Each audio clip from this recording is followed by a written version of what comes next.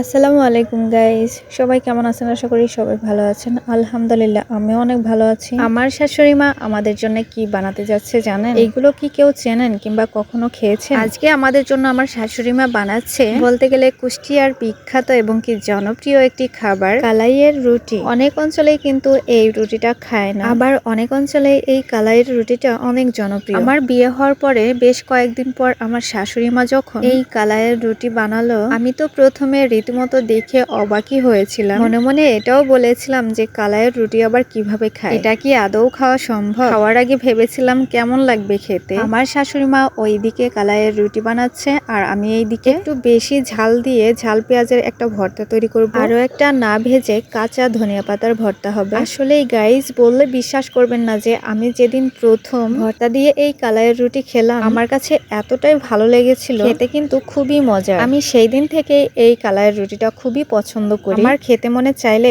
আমার শাশুড়ি মাকে বানিয়ে দিতে বলি। এই রুটিটা বানাতে একটু কষ্টই হয়, আমি কখনো ট্রাই করি নাই, কারণ আমার কাছে কখনোই আমার শাশুড়ি মায়ের মতো হবে না। প্রথমে কিন্তু কাঁচা কালাই রোদে শুকানো হয়, এরপরে মেশিনে গুঁড়ো করে ভাঙানো হয় আটার মতো করে। এই আটাটাকে লবণ পানির মাধ্যমে সুন্দর করে মথে নিতে হয়। এই কাজটি কিন্তু সবচেয়ে বড় কঠিন, কারণ হচ্ছে কালাইয়ের আটাটা প্রচুর পরিমাণে আঠালো হয়। একটু শক্ত করে এই আটাটা মিক্সড করতে হয়, কারণ হচ্ছে রুটিটা কিন্তু এই মাটির সাজে সেঁকে নেওয়ার পর একদমই মুচমুচে হবে না। এই কারণেই কিন্তু কাজটি আমি তেমন ভাবে পারি না। আপনাদের কোন কোন অঞ্চলে এই কালাইয়ের রুটিটাকে কি নামে চেনেন অবশ্যই কিন্তু কমেন্টস বক্সে কমেন্ট করে যাবেন। আর কোন কোন অঞ্চলে এই কালাইয়ের রুটি খান না এবং কি চেনেন না সেটাও কিন্তু জানিয়ে যাবেন। আমার ছোট্ট বাবজানটাও কিন্তু এই রুটি খেতে খুবই পছন্দ করে। রুটিটাকে বানানো হয় একটুখানি মোটা আকারে, এর একটা রুটি খেলেই সম্পূর্ণভাবে পেট ভরে যাবে। আমি এইদিকে খাওয়ার জন্য দুই ধরনের বাটা ভর্তা নিয়ে এলাম। এই রুটিগুলোকে দুই পিঠে একটু বাদামি কালার করে ভেজে নিতে হয়, তাহলে কিন্তু অনেক সুন্দর একটা ফ্লেভার আসে